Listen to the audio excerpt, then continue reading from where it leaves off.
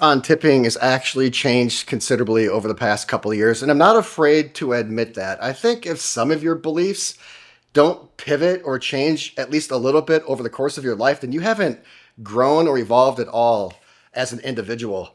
And in America, I think we've all finally hit tipping fatigue, and you don't really have tipping anywhere else in the world. It's basically a westernized thing. And if you think about it, it's a racket to begin with, where these employers in the service industry somehow convinced patrons that they're going to pay their employees less and you're going to cover the difference because they serve you a sandwich or pour you some wine.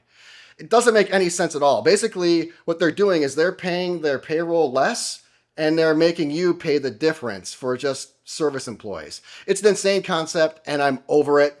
When I go pick up a sandwich and carry out and they want me to tip 25%, I just feel like smashing that machine. I feel like ripping it out of the wall and smashing it. It's absurd. And for me, there's tipping and then there's philanthropy. And it's important not to misconstrue the two. If you have unlimited money or money isn't important to you or you have vast resources of it, then you could probably be as philanthropic or as generous as you want. But for those of us that live in the real world, I think we all have to be cognizant of where our money goes, who it flows to. And for me, I had a really stark realization when I would usually bring like $600 with me, whether it's to Punta Cana or Jamaica or Mexico. And after my 3 weeks, I would usually have at least a couple hundred left. If you saw my original tipping guide, you would kind of know how I would operate at these all-inclusives. And in Cabo last year, that money was gone. That $600 was gone after like 12 days. It didn't even make it through half of the trip. And I really had to take a hard look at where this money was going. And for me, it was just a cascading effect where I would tip the bartender extra if there were extra colors in the drink. I know that sounds insane, but for a while I was doing for every color they put in the drink, I'd give them $1. So if I had like a 4-color drink or a 5-color drink, because I love my crazy drinks, I would tip them $5. And then if someone was at a coffee shop and they served me a cappuccino, I would tip them a couple dollars. And then there was a person next to them and I didn't want them to feel like they got nothing. So I tipped them a couple dollars. And if I was at a restaurant, all of a sudden $5 didn't seem like much. So I'd tip 10. And what I have to remind myself is that if you take a look at the Dominican Republic and Jamaica, for example, two countries that are very close in proximity and extremely, almost identical actually, in socioeconomics, they are the second and third poorest nations in the Caribbean. Dominican Republic is number 2, and then Jamaica is number 3.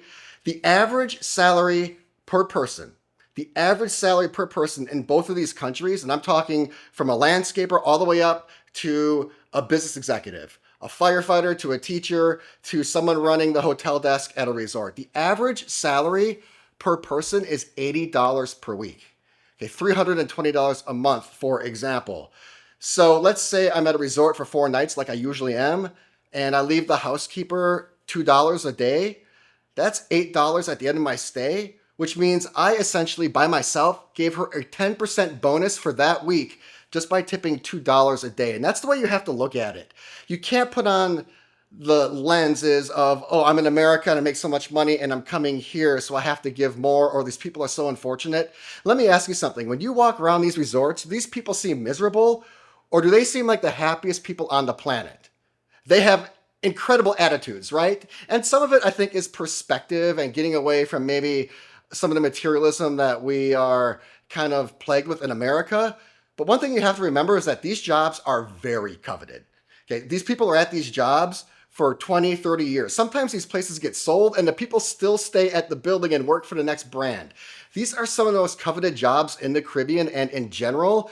And these people make really, really good money with or without your tips, whether they are landscaping, whether they are management, whether they are housekeeping. If you tip nothing, they are still going to be here because they are very, very happy with their jobs. And you know that the minute you say good morning and they're smiling. They're humans just like we are. And if they were miserable, you would read that immediately. You know, like if you walk into New York and even like the owner of a successful, let's say, coffee shop, you know, they're just miserable, you know? These people are extremely happy. And you have to understand that $2 to them is a lot different than, say, $2 to us. A good example is when I moved from my corporate career in Minnesota out to my new corporate career in San Diego, and overnight, my salary tripled. And you would think I'd have a lot more disposable income, but I really didn't have that much because rent was 4 times expensive. So rent actually quadrupled, groceries doubled, and my bills, whether it was electricity or just getting around like an Uber, that stuff at least tripled, if not more. So yeah, I did have a little bit more money in my pocket, but certainly not triple. So it's all about scale, and it's really all about where you're coming from and where you're going, and you can't compare those two. You can't assess your life in America and then apply that to Tanzania, because these people here, they're paying a lot less for the groceries, they're paying a lot less for their bills, their access to goods and maybe like high quality products might be different, but also they have different economies that operate at different scale and different basically price points. So after I was spending $50 a day tipping, maybe even more, I really had to take a look at what I was doing. And $50 a day is a lot, because if I'm at a Ryu, the Ryu might be $100 a night, let's say even 150.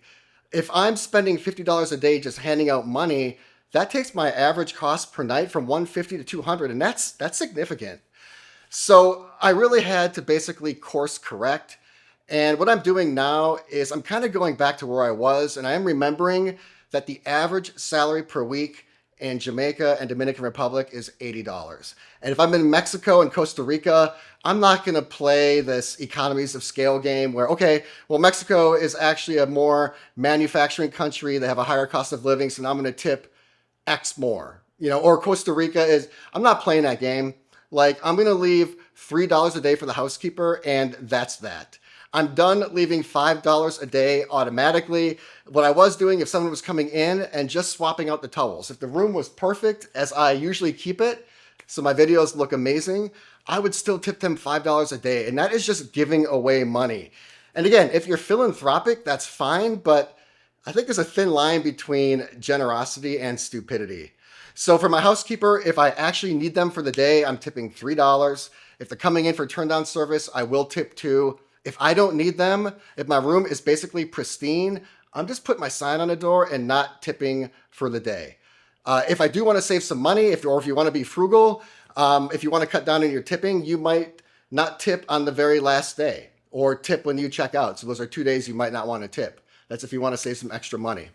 When I check in, what I was doing is I would give the front desk person like maybe $5 or $10 if I felt they were doing me a favor. Like if my room was ready early or something like that. But I had to quit playing that game because I realized that it was basically just luck of the draw with the computer system. If I really feel they do me a favor, I still might tip like $5, maybe 10, depending on how huge the favor is.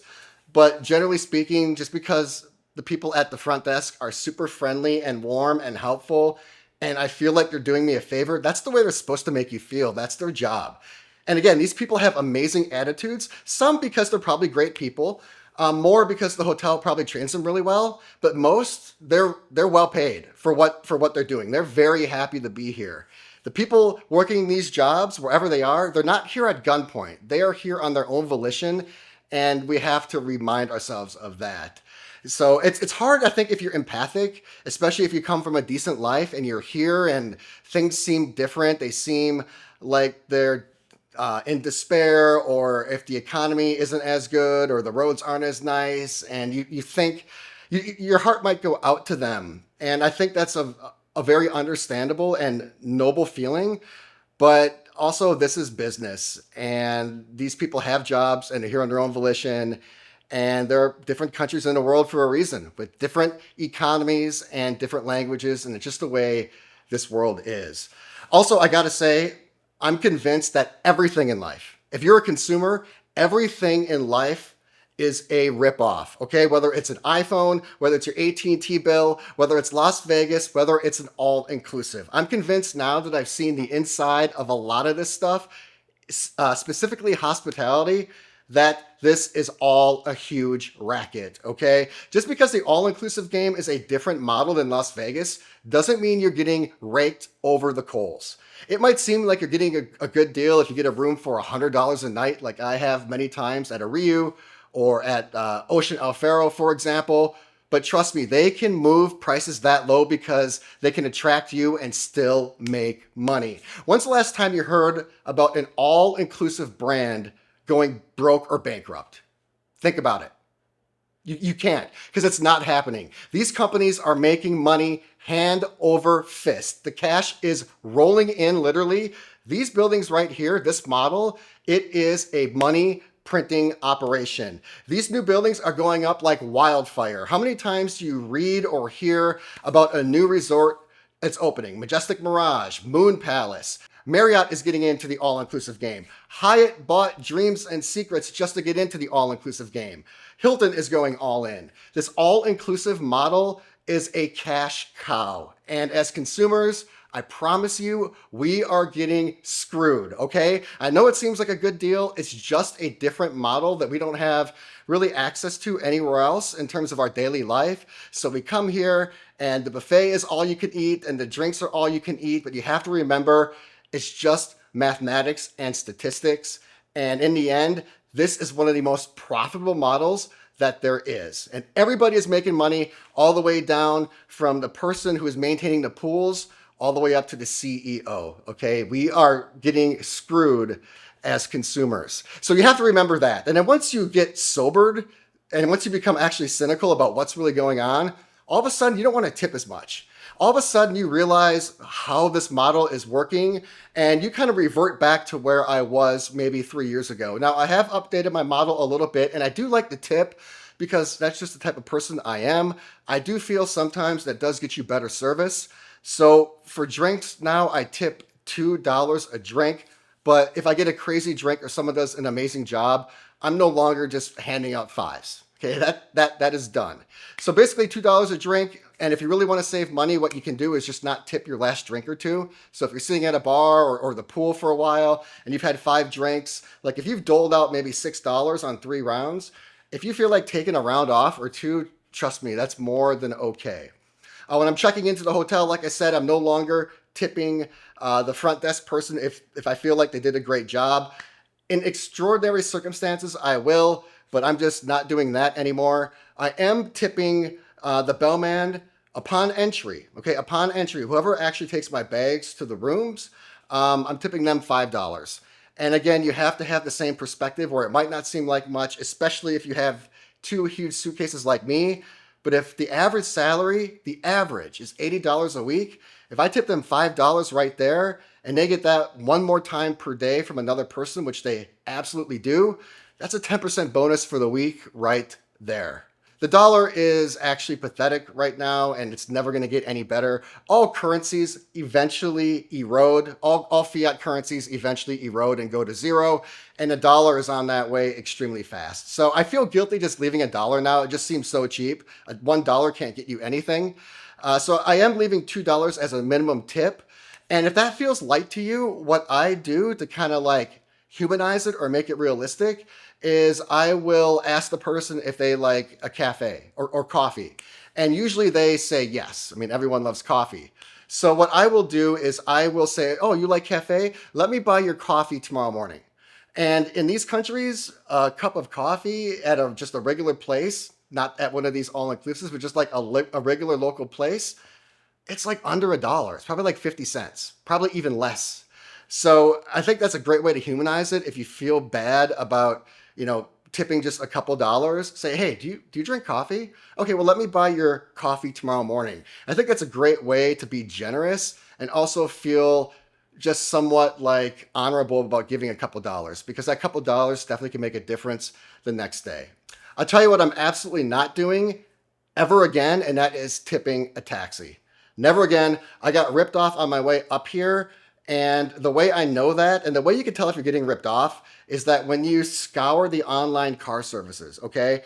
And if you just get like a regular van or a regular car and you go from point to point, you can see what that price should be. They're all basically going to be the same, but these taxis are a racket, okay? Normally, I'm really diplomatic with the way I talk, and you have to read between the lines because I have to come back to these places, right? I will go to another Rio, and I will come back to Mexico or Jamaica, and these places are a lot smaller than you think. Regardless of what you think about Andrew Tate, I've actually pivoted on what I think about that guy a couple of times. And I think the jury's still out for me. But regardless of what you think, he actually had a great Jamaica story he told once. And he once got into an argument with a taxi driver because he took him out in the middle of nowhere, like on an excursion or to go to a party. But it was like an extortion thing where the taxi took him out to the middle of nowhere and basically gave him an ultimatum, said, give me $500 or you're not going back to your hotel.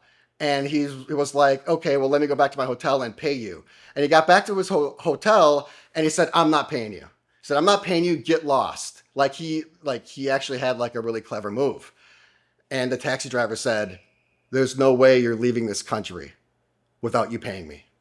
And I actually believe that because the more I know about Jamaica and Mexico, Punta Cana is kind of similar, but these Jamaica taxi rackets and these Mexico taxi rackets, they are organized, systematic, unicompany controlled, okay? You walk outside the airport in Cancun, it looks like there's 10 different brands, and they all got different colors and logos. As I've talked about in my Flying into Cancun video, it's just one operator. When you work your way up the pyramid, it's one group that's controlling the entire circuit in Cancun. And it might be one different group that doesn't in Cabo, but it's always one company. And they give you the guise of brands and colors, but in the end of the day, they all have that board that they take out, and every single taxi is going to quote you the identical price. It is price fixing, it's borderline kleptocracy, and that's just the way it is. And when you realize you're basically overpaying, you're getting gouged. Okay, when I talked about Danette in Jamaica, I think she took 2 buses and a taxi to work every day, or maybe 1 bus and 2 taxis. But trust me, Danette is paying a very different price for her taxi in Jamaica than I paid. Okay, no Jamaican could ever afford a taxi if they were paying the prices that us tourists pay. We are getting gouged. I would say it's probably a 10 times markup, 10-fold. So if they're paying 4, you're paying 40. And you might say, James, if it's all one company, why did you pay more for the taxi than you would online for the car service? And the reason is because they can gouge you even more. Like they're not supposed to. And these hotels are actually working with these taxi companies behind the scenes. The bell guy or the manager at the hotel might tell you that they have a tremendous taxi company and they're going to get you a decent price. No. In the end, they're working together. You are an outsider and you're going to get quoted an extremely, extremely gouged price. So the reason that the taxis can rip you off is because, yeah, you could try to download an app like Mexican Uber, and that takes forever. And sometimes they don't even come pick you up, depending on where you are. Like if you're in Costa Mujeres or if you're in Riviera or Cancun.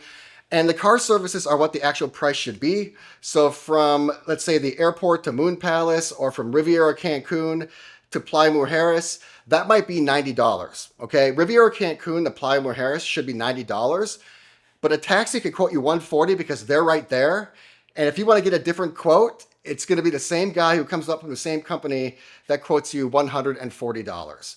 So whether it's 90 or 140, you are getting ripped off. Okay, you are getting ripped off already, which means I am absolutely never tipping a taxi person in Mexico, Jamaica, or Dominican Republic ever again because it is a racket. To me, I don't even use my butlers. I literally won't even text them. I don't need them for anything unless I absolutely must go through them for a reservation. It's pure philanthropy. So I won't even see them. I mean, they'll come and introduce me to the room, and at the end, they might come say goodbye, but that's it. It's a handshake and a goodbye, and they're getting $20 out of my pocket. And if I'm assigned 2, I'm tipping each person $20. And that's just to be a decent guy because I feel that's what I should do, even though I shouldn't. I'm kind of like compromising my own values, but that's what I do. If you're abusing these butlers, and people do, okay, people have these guys or gals running across the entire resort just to bring them tequila shots no matter where they are. And if you're texting them all the time for favors and you're working them to the bone, then you might want to pay them $40 or $100. That's on you. All I know is that I'm not even talking to them. I don't even use them, and I'm still giving them 20, and they seem over elated, probably because it's free money, and $20 is a decent tip. Upon checkout, I'm not tipping the bell guy $5 anymore. I'm sorry, but I can't double tip. I already tipped the guy once we brought the bags to my room. I'm not tipping another five. Again, if you have a ton of disposable income and you want to do that, that's cool. But remember, for me, I'm stringing five, sometimes six of these hotels together. So I'm repeating this six times in a month. So to me, it just adds up. And that's how I went from tipping $600 over the course of 3 weeks and bringing even a couple $100 back home to running out of money after a couple of weeks. Lastly, when I go to a restaurant, I will tip five just as standard. If I was with someone else, I would tip 10 because that's technically double the work.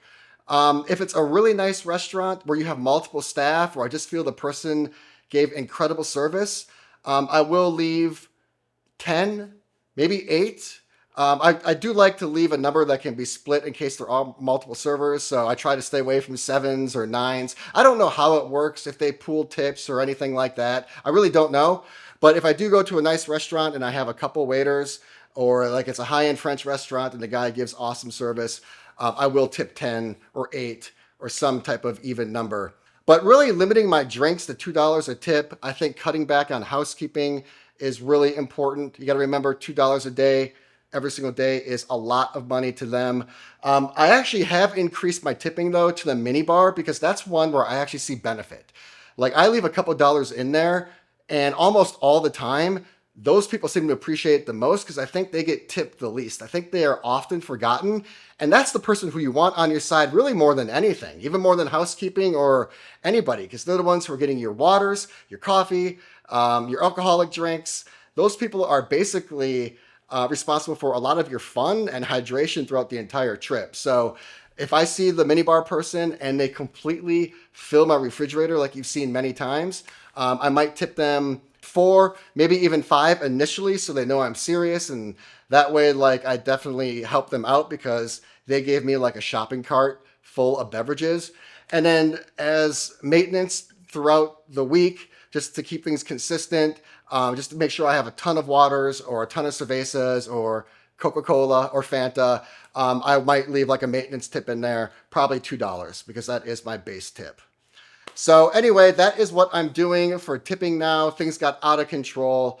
It's not philanthropy, okay? If you want to be philanthropic, that's fine. But to me, I'm just trying to tip on great service because that's really what tipping was originally all about. It's giving a little extra for phenomenal service or paying a little extra and getting a little bit more. And it's important to go back to that. And if you don't tip, I'm actually more empathic and understanding of that than I ever have been, basically because I've reached tipping fatigue, as you can tell. Everywhere in my life I have. And I think that we should really embrace kind of the Asian culture, specifically like Japan, where tipping is considered rude. Like, how dare you try to give me extra money? Do I look like I'm desperate or do I look like I'm in despair? I like that attitude and I'm embracing it more and more.